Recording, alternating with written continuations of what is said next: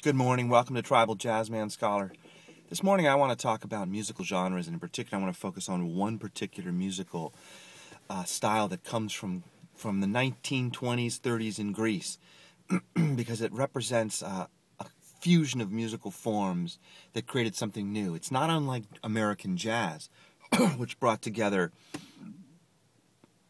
rhythms that were growing in and around Louisiana and Mississippi, and areas of the South where African slaves were gathering and expressing parts of their ancient culture. That music coming together with classical music and creating what we call blues and jazz. At least those elements were present, and they had a role to play in the harmonies and rhythms of jazz. So in Greece in the 1920s, you had an interesting phenomenon.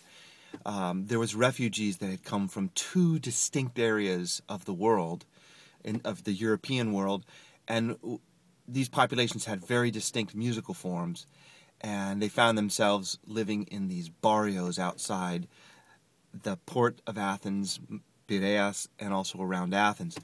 So this musical form is called Rembetika, also pronounced Rembetika, because in Greek the mi-pi combination, those two letters, it's not clear if it's a B sound or if it's a MB sound, or in some cases an MP. So it's either Rembetika or Rembetika, a little slight difference there. But in English you'll see it spelled with and without the B.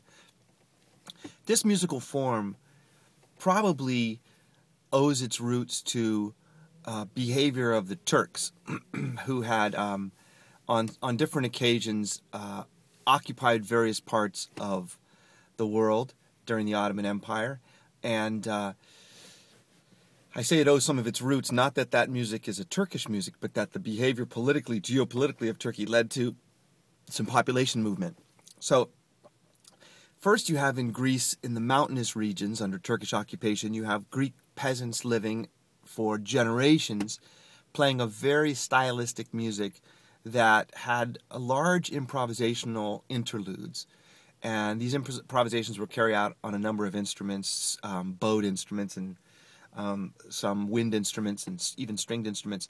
And this music is a very traditional folk music from the mountainous regions of Greece. And in the late 1800s, Turkey surrendered northern areas of Greece, central and northern Greece, and Greek peasants felt now being free from this Turkish occupation could move to the cities and make a better life for themselves. So they moved down into these barrio areas of Athens and Pireaus, that port city right next to Athens, and began to try to scrape together a living and continue to play their music, but of course being influenced by maybe urban musics that they were hearing. Another significant event, though, that impacted the development of Rembetika was in 1922, Greece, the political structure in Greece wanted to regain sort of the big idea of Greece, which was that Greece expanded into a large area of what is now Asia.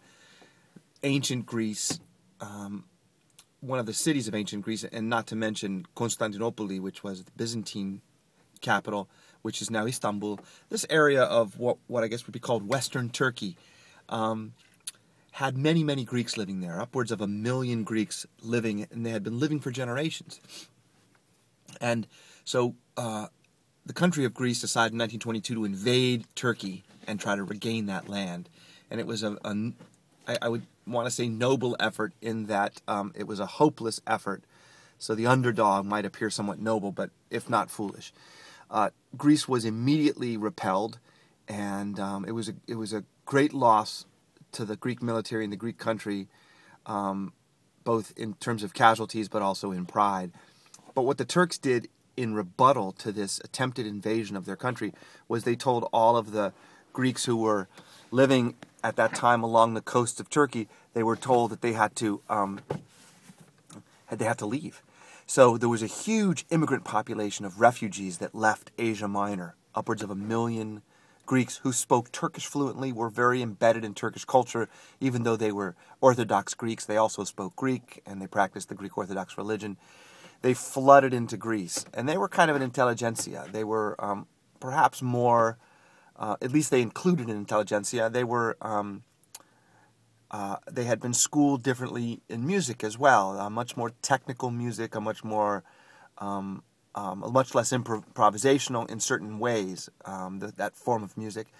And so in they come to the suburbs of Athens as well, in Pireaus, and they start to mingle together with these immigrants from the mountains.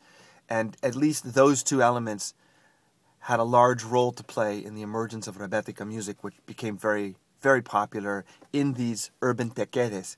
They were primarily hashish dens, and they were frequent night spots for sort of an underworld that was growing in Greece in this very poor time, with a lot of immigrant populations flowing in. And so in the 1920s, these groups began to get recorded. In the 30s, much more of this music was recorded. The music itself was banned under a later dictator in the late 30s. At least certain of the venues where it was played were outlawed, and the music was also looked very down upon. And I believe there were even prosecutions. But the music had some revivals at various points in time, and it's still quite popular, although the true Rembetika, if I could speak as something of a purist in this regard, I've spent some time studying it, and I've been to some conferences and even presented at conference. But the music is, in its more pure form, includes a handful of instruments, guitar, which plays bass and chords. There are no real percussion instruments except perhaps for glasses being clinked together. There's guitar, there's bouzouki, which is a 6-stringed instrument, but 3 double strings, so 3 tones.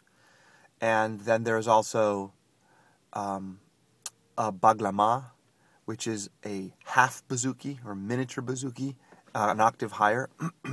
Those instruments in various combinations, guitar, bouzouki, baglama, and even zura. And then there could be any other number of instruments that might join in, accordion, even piano. There might be some djembe, doumbek, hand drum. But the real key instruments are guitar, bouzouki, and baglama. And so Rembetika was born, and it included the improvisational elements from the mountains and much of the more schooled, technically complex, and harmonically rich music from the coast of Asia Minor, where the Turkish nation-state had expelled Greek refugees, and they brought with them that music from Asia Minor. So this music was born of a confluence of styles and forms, though there were common roots, a common language, a common ethnicity, and a remarkable music was born. And it's still greatly admired and appreciated and played today. So with that, Tribal Jazzman Scholar will sign off on this short lesson on the ethnomusicology of urban Greece in the 1920s. Thanks for joining me.